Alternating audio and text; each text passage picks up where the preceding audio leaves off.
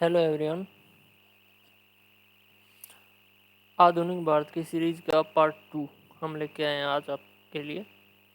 तो सबसे पहले तो मैं ये कहूँगा कि आप कॉर्नर में जाकर के प्लेबैक स्पीड को आप इंक्रीज कर सकते हैं 1.2 1.5, ताकि अच्छे से आप कम समय में ज़्यादा कंटेंट देख पाएँ, ज़्यादा पढ़ पाएँ। ठीक है, तो सबसे पहले हम स्टार्ट करते हैं आधुनिक भारत के इतिहास में। कल हमने पढ़ा था कि 1907 में कांग्रेस का सूत्र विभाजन हुआ था। ठीक है, उसके बावजूद 1909 मार्लेमिंटो सुधार या मार्लेमिंटो रिफॉर्म्स के नाम से जाना जाता है। क्या था?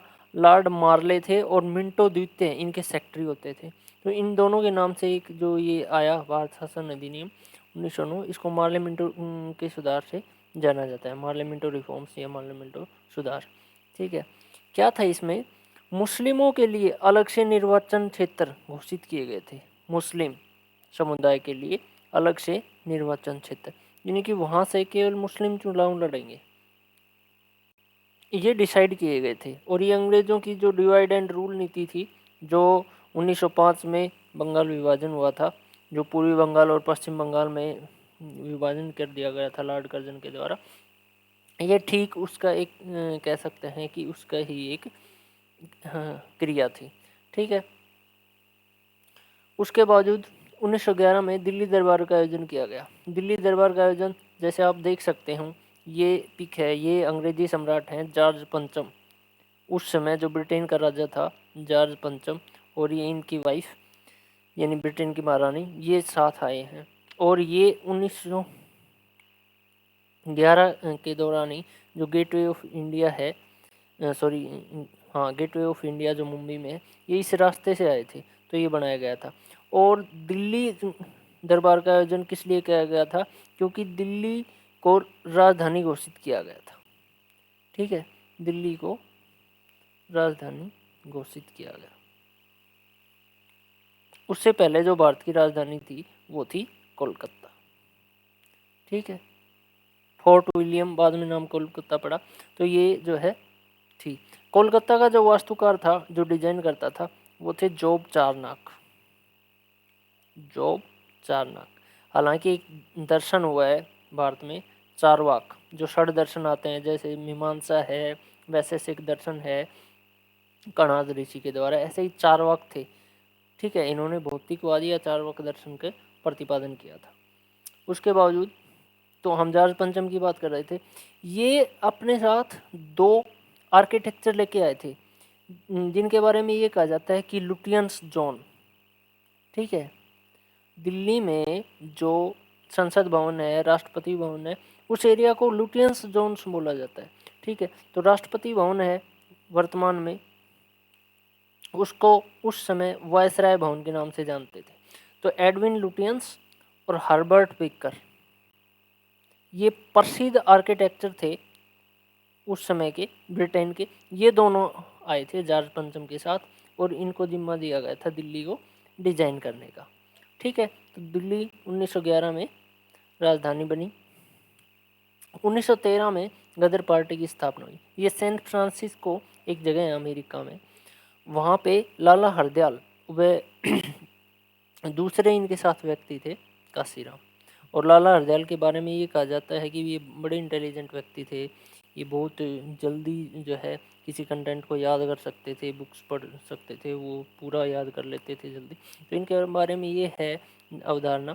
ठीक है, तो लाला हरदयाल के द्वारा जो वहाँ पे अमेरिका में भारतीय रह रहे थे, उनको मिला करके पार्टी की स्थापना की गई 1913 में। ठीक है, नेक्स्ट, ये बहुत इंपॉर्टेंट क्वेश्चन है। 1914 में प्रथम विश्व युद्ध की शुरुआत हुई थी। ठीक है, शुरुआत क्या, अब आप ये कहेंगे कि क्या प्रथम विश्व युद्ध का प्रभाव भारत पे पड़ा? हाँ जी, बिल्कुल पड़ा। इसके कारण ही इसकी परिणति में, यानी कि इसके इफेक्ट से भारत में और कई जगह पे बहुत आंदोलन हुए बाद में। 1914 से 1918 आंदोलन चला सॉरी, प्रथम विश्व युद्ध चला। और युद्ध की शुरुआत कहाँ से होती है? एक देश है ऑस्ट्रिया। ठीक है, ऑस्ट्रिया हंगरी, उस समय एक साम्राज्य होता था ऑस्ट्रिया हंगरी। और एक है सर्बिया। ठीक है। तो ऑस्ट्रिया के राजकुमार की हत्या कर दी गई थी सर्बिया में, ठीक है। और सर्बिया में जो हत्या की गई थी उस राजकुमार का नाम था archduke Fred Ferdinand, Fred Ferdinand, ठीक है। तो उनकी हत्या कर दी थी आर्किड्यूक फ्रेड फर्डिनेंड की। उसके कारण क्या हुआ कि इनमें युद्ध हुआ और बड़े स्तर पर पूरे वर्ल्ड में दो गुट बन गए, ठीक है। एक बन गया मित्र राष्ट्रों का, मित्र राष्ट्र, और एक में दूरी राष्ट्र। दूरी राष्ट्रों में कौन थे? जर्मनी, ऑस्ट्रिया, ठीक है, जापान, ये सारे शामिल थे। जबकि मित्र राष्ट्रों में रूस, यूरोप के और देश और अमेरिका, जैसे फ्रांस हो गया, इंग्लैंड हो गया, ये सारे किसकी साइड में थे? मित्र राष्ट्रों की साइड में।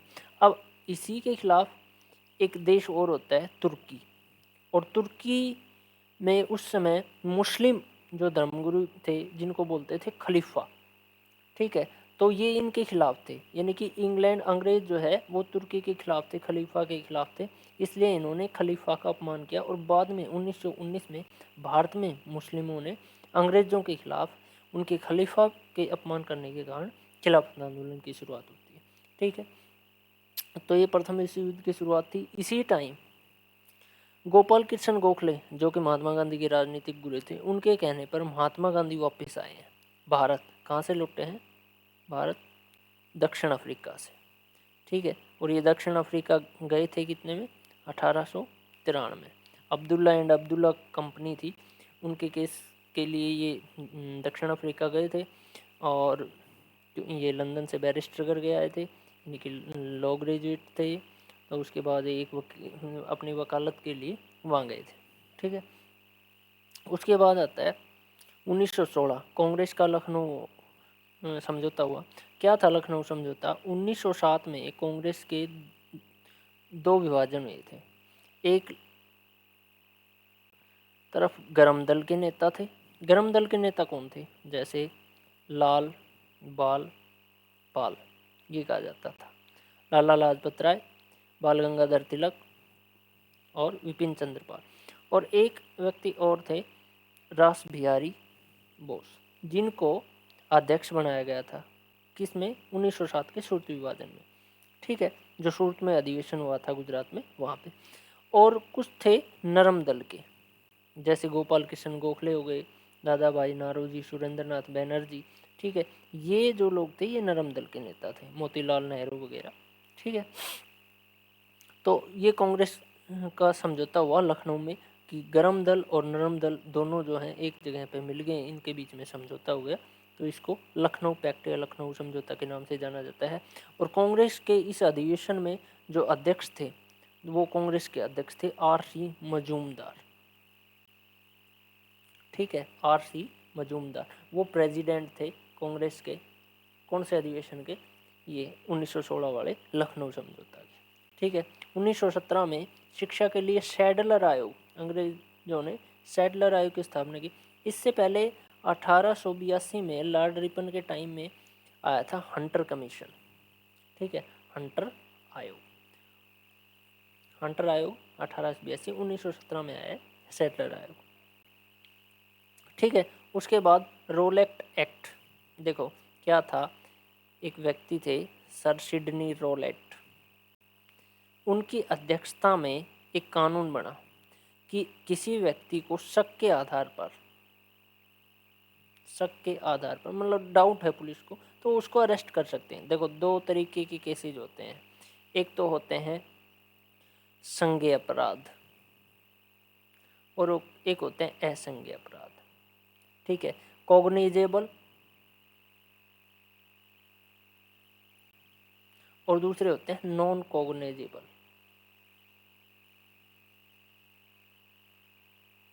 ठीक है। अगर पुलिस को ये लगता है कि इसने ऐसा अपराध किया है जिसको अभी क्षति पहुंची या इन फ्यूचर किसी को गहन क्षति हुई है, तो वो संज्ञेय अपराध है और बिना किसी परमिशन के जो है पुलिस उस व्यक्ति को अरेस्ट कर सकती है। लेकिन ये असंज्ञेय अपराध जो होता है नॉन कॉग्निजेबल, उसमें पुलिस जो है बिना मजिस्ट्रेट की परमिशन के गिरफ्तार अरेस्ट नहीं कर सकती है। ठीक है, तो ये एक ऐसा कानून था जो बिना किसी कोई क्राइम के, मतलब क्राइम कोई शो भी नहीं हो रहा है, ओनली डाउट के आधार पर किसी को अरेस्ट किया जा सकता था। तो इसलिए ये गलत था भारतीयों की नज़रों में। और ये जो एक घटना है इसके साथ ही दूसरी घटना जुड़ी हुई है। कौन सी? वो था जलियांवाला बाग हत्याकांड। जलियांवाला बाग हत्याकांड। ठीक है, कांग्रेस के काफ़ी नेता थे, उनको गिरफ्तार कर लिया गया था इस एक्ट के तहत। तो जब वो लोग प्रोटेस्ट कर रहे थे तो जलियांवाला बाग में जो जनरल डायर थे, वहाँ के पुलिस अधीक्षक थे, उन्होंने उनके ऊपर गोलियां चलाई। ठीक है, तो ये रोल एक्ट था। इसके बारे में कहा गया था, गांधी जी ने कहा था या कांग्रेस के कई नेताओं ने कहा था कि ये बिना अपील, बिना दलील, बिना वकील, बिना दलील वाला कानून है। ठीक है, मतलब ना किसी की अपील सुनी जाती, ना कोई दलील सुनी जाती, ना कोई वकील। ठीक है, किसी को अरेस्ट कर सकती थी पुलिस, इसलिए ये गलत था उनकी नज़रों में। ठीक है, 1920 में खिलाफत आंदोलन की शुरुआत हुई। ये मैं पहले बता ही चुका कि 1914 से 18 तक जो मुस्लिमों के धर्मगुरु थे वो कहाँ थे? खलीफा कहा जाता था, सॉरी, और वो थे तुर्की। तुर्की राजधानी है अंकारा और तुर्की की मुद्रा है लीरा। एक और देश है जिसकी मुद्रा लीरा है, इटली। ठीक है, तो तुर्की के जो खलीफा थे, यानी कि मुस्लिमों के जो धर्मगुरु राजनेता थे, वो खलीफा जो पद होता था उसका उन्होंने अपमान किया, क्योंकि तुर्की इंग्लैंड के खिलाफ लड़ रहा था। ठीक है, पहले विश्व युद्ध में। इसलिए भारत के मुसलमानों ने उनके खिलाफ क्या किया? विद्रोह किया। ठीक है, उसको खिलाफत आंदोलन के नाम से जाने जाते। खिलाफत आंदोलन में जो नेता थे वो थे शौकत अली और मोहम्मद अली। ठीक है, शौकत अली और मोहम्मद अली। ठीक है, अब क्या हुआ? इसके बावजूद खिलाफत आंदोलन के बाद तुर्की में 1924 में एक शासक बने मुस्तफ़ा कमाल पाशा। मुस्तफ़ा कमाल पाशा। ठीक है, मुस्तफ़ा कमाल पाशा ने क्या किया? ये जो खलीफा का पद होता था ये हमेशा के लिए ख़त्म कर दिया और यहाँ पे एक डेमोक्रेटिक गवर्नमेंट बनी, यानी कि जनतांत्रिक। ठीक है, कहाँ पे? तुर्की में। ठीक है, नेक्स्ट 1922 में असहयोग आंदोलन की शुरुआत होती है। असहयोग आंदोलन 1920 से 22 चला है, ये ख़त्म होते हैं। क्या होता है घटना कि जैसे गांधी जी ने कहा था कि हम अहिंसक रूप से आंदोलन करेंगे, लेकिन 5 फरवरी 1922 को गोरखपुर, यूपी, गोरखपुर में जो है एक चोरा चोरी स्थान था, वहाँ पर एक पुलिस थाने को आग लगा दी गई आंदोलनकारियों के द्वारा। गांधी जी की हालांकि परमिशन नहीं थी उसमें, क्योंकि आंदोलन अहिंसक हो गया, इसलिए गांधी जी ने आंदोलन को वापस ले लिया। सुभाष चंद्र बोस थे, जैसे उन्होंने कहा कि ये जो है गलत लिया है, डिसीजन गलत था, आंदोलन अपने चरम पर था, इसको वापस नहीं लेना चाहिए था, तो गांधी जी ने ले लिया। उसके बाद गांधी जी की गिरफ्तारी भी होती है। ठीक है, 1923 स्वराज्य पार्टी की स्थापना। क्या था? जब असहयोग आंदोलन ख़त्म कर दिया गया तो कांग्रेस के कई नेता गांधी जी से नाराज़ थे। कांग्रेस के जो सीनियर लीडर थे उनमें फूट हो गई। तो एक तो मोतीलाल नेहरू और दूसरे CR दास, यानी कि चित्तरंजन दास, दोनों ने मिलकर के एक पार्टी बनाई जिसका नाम था स्वराज्य पार्टी। और बंगाल में और कई जगह इनकी जो पार्टी थी, इनको चुनाव में मदद भी मिली, मतलब ये जीते। क्या था? पहले भी चुनाव होते थे, जैसे 1909 का पार्लियामेंट और सुधार आप सुनेंगे, वहाँ से केवल कई ऐसी जगह थी जैसे रिजर्व सीटें थी, मुस्लिम बाहुल्य क्षेत्र में मुस्लिम चुनाव लड़ सकते थे। 1919 का द्वैध शासन अधिनियम आया कि राज्यों में विधानमंडल की स्थापना। एक तो केंद्र के लिए जैसे अभी संसदीय वोट होते हैं लोकसभा के, ठीक है, फिर बाद में विधानसभा के। तो ऐसे ही 1919 में क्या हुआ? प्रांतों में द्वैध शासन यानी कि विधानसभा की स्थापना भी की गई, प्रांतों में भी चुनाव होने लगे। ठीक है, तो उस समय भी चुनाव होते थे, ये पार्टियां मिलकर के चुनाव लड़ती थी, जैसे कांग्रेस थे, मुस्लिम लीग वगैरह थी, 1906 में स्थापना हुई, ये सब चीज़ें उस समय भी थी। लेकिन हाँ ये है कि सर्वोपरि जो शासन था वो अंग्रेज़ों का था, बल्कि भारत में जो व्यक्ति थे वो भी चुन करके जाते थे असेंबली में। ठीक है, 1924 का कांग्रेस का बेलगाम अधिवेशन हुआ। ये बेलगाम जो जगह है ये कर्नाटक में है। ठीक है, और कर्नाटक जाना जाता है एमपी। एमपी विजयनगर साम्राज्य के अवशेष हैं यहाँ पे। ठीक है, और एमपी जो है वो यूनेस्को की वर्ल्ड हेरिटेज साइट में भी शामिल है, यूनेस्को। ठीक है, तो 1924 में बेलगाम अधिवेशन हुआ और इसमें महात्मा गांधी अध्यक्ष चुने गए। महात्मा गांधी केवल पहले और अंतिम बार यहीं पे अध्यक्ष चुने गए थे। ठीक है, नेक्स्ट 1927 में साइमन कमीशन का गठन हुआ। साइमन कमीशन क्या था? सर जॉन साइमन की अध्यक्षता में 7 सदस्यों का एक दल था जो भारत आ रहा था। और वो क्या किस लिए आ रहा था? वो केवल इन चीज़ों के इन्वेस्टिगेशन के लिए था कि 1909 में जो सुधार हुए, 1919 में सुधार हुए, ऐसे ही सरकार यानी कि जो अंग्रेजी गवर्नमेंट थी वो 1929 में लेके आने वाली थी कुछ एक्ट। ठीक है, तो उसके लिए ये कमेटी आई थी। इसका भारतीयों ने विरोध किया, कांग्रेस ने खासकर विरोध किया। क्यों? क्योंकि इसमें सारे के सारे जो सदस्य थे वो सारे के सारे अंग्रेज सदस्य थे, यानी कि भारतीय कोई सदस्य नहीं था, इसलिए विरोध किया। लाला लाजपत राय और उनके साथियों ने विरोध किया। तो लाहौर के जो पुलिस अधीक्षक थे सैंडर्स, उन्होंने उनके ऊपर लाठियां बरसाई, जैसे आजकल होता है, कोई प्रोटेस्ट करते हैं तो पुलिस जो है उनको हटाती है भीड़ को। तो ये सब चीज़ें हुई, तो भगत सिंह और उसके साथियों ने फिर सैंडर्स की हत्या कर दी। इसके बाद ये एक और काम करते हैं।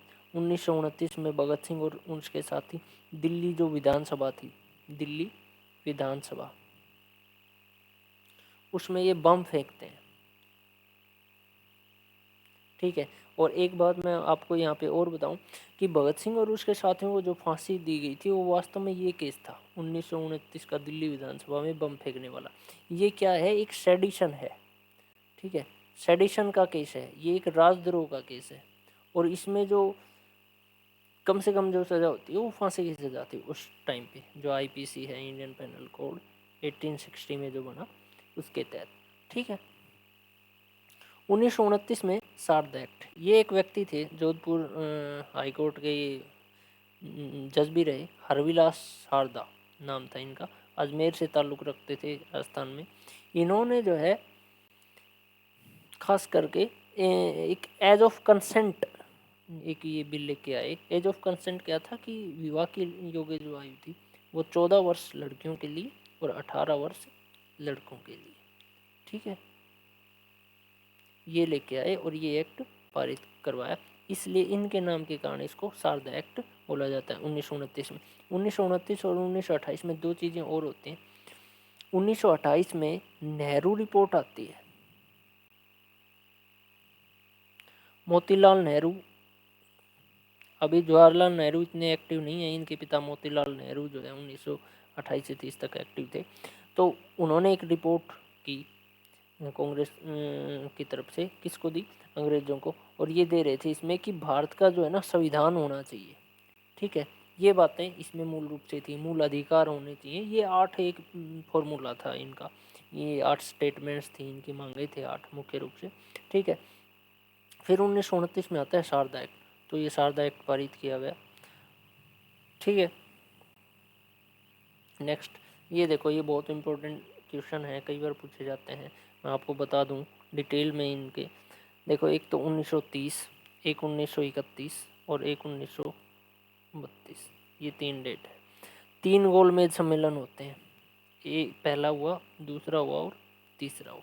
पहला गोलमेज सम्मेलन होता है 1930 में, गांधी जी उसमें भाग नहीं लेते हैं। ठीक है, दूसरा गोलमेज सम्मेलन होता है 1931 में, गांधी जी फिर एक काम करते हैं कि 1930 में दूसरा, ये तो गोलमेज सम्मेलन हो गया, गांधी जी ने भाग नहीं लिया, कांग्रेस ने भी भाग नहीं लिया।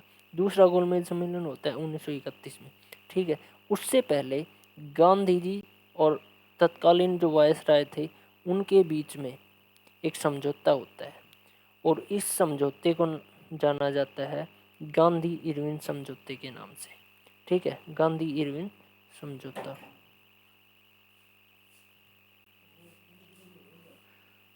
तो गांधी इरविन समझौता जो था उसमें क्या था कि ये जो अंग्रेज थे ये चालाक थे। इन्होंने कहा जो गांधी जी का आंदोलन था सविनय अवज्ञा आंदोलन कि आप इसको स्थगित कर दीजिए और जो है ना हम आपकी सारी मांगें मान लेंगे और आपको जो सेकंड राउंड टेबल कॉन्फ्रेंस है, दूसरा गोलमेज सम्मेलन है, वहाँ पे भाग लेना चाहिए। तो गांधी जी गए, ठीक है। लेकिन जब गांधी जी की बातें नहीं सुनी गई वहाँ पे अच्छे से, तो ये वापस आकर के इन्होंने फिर आंदोलन स्टार्ट किया और 1932 में फिर तीसरा गोलमेज सम्मेलन स्टार्ट होता है। अगर ये पूछ लिया जाए कि तीनों गोलमेज सम्मेलन में भाग लेने वाले व्यक्ति कौन थे, तो डॉक्टर अंबेडकर, ठीक है। लेकिन गांधी जी ने केवल दूसरे वाले में भाग लिया। गांधी जी के साथ ये आप देख सकते हैं, ये मदन मोहन मालवीय जो हिंदू महासभा और हिंदू जो कॉलेज है बनारस में, आजकल BHU बोलते हैं, बनारस हिंदू यूनिवर्सिटी, उनकी स्थापना इन्होंने की थी 1916 में, ठीक है। और ये गांधी जी हैं, इनके साथ हो रहे हैं डॉक्टर सर्वपल्ली राधाकृष्णन, ठीक है। सरोजनी नायडू भी उनके साथ गई थी उस समय। तो ये है, ये 1930 की घटनाएं हैं। उसके बाद में गांधी इरविन समझौता होता है, सॉरी उससे पहले होते हैं गांधी इरविन समझौता, ये 1931 की बात है। 30 में पहला हो चुका था और फिर बाद में 32 में होता है, ठीक है। ये देखो गांधी जी ने 1930 में सविनय अवज्ञा आंदोलन की शुरुआत की और ये, या फिर इसको इस नाम से भी जानते हैं, दांडी नमक कानून, ठीक है। दांडी नमक कानून, 578 व्यक्ति थे गांधी जी के साथ जिन्होंने जाकर के समुद्र के किनारे नमक कानून तोड़ा, ठीक है। ये सविनय अवज्ञा आंदोलन था। बहुत सारे लोग जो है चले गए थे और सुभाष चंद्र बोस ने इस जो आंदोलन की तुलना की है वो नेपोलियन बोनापार्ट जो फ्रांस का सम्राट था, नेपोलियन का जो पेरिस यात्रा थी उससे कंपेयर किया है, ठीक है। तो ये महात्मा गांधी का सविनय अवज्ञा आंदोलन था। इसके बाद होता है लॉर्ड इरविन के साथ समझौता, फिर ये दूसरे सम्मेलन में भाग लेते हैं, ठीक है। नेक्स्ट ये देखो, ये 1931 में गांधी इरविन समझौता है, दूसरे गोलमेज सम्मेलन से पहले। ये याद रखें कि गांधी इरविन समझौता पहले होता है, फिर गांधी जी दूसरे गोलमेज सम्मेलन में भाग लेने जाते हैं। ये थी दांडी मार्च के राजनीतिक बंदियों को रिहा किया जाए जो 1930 में हुई थी, ठीक है। भारतीयों को फिर से मिलाकर नमक बनाने का हक दिया जाए। आंदोलन के दौरान हुए त्यागपत्र अस्वीकार किए जाएं। आंदोलन में जब्त की गई संपत्तियां भी सबको लौटाई जाए, ठीक है। जैसे आजकल किसान आंदोलन की ये मांगे हैं, ऐसे ही प्रोटेस्ट होता था उस टाइम पे, ठीक है। तो thank you for watching, please like share and subscribe. और हाँ, अगर आप किसी भी पर्टिकुलर टॉपिक की वीडियो चाहते हैं तो प्लीज़ कमेंट्स बॉक्स में कमेंट करें। Thank you.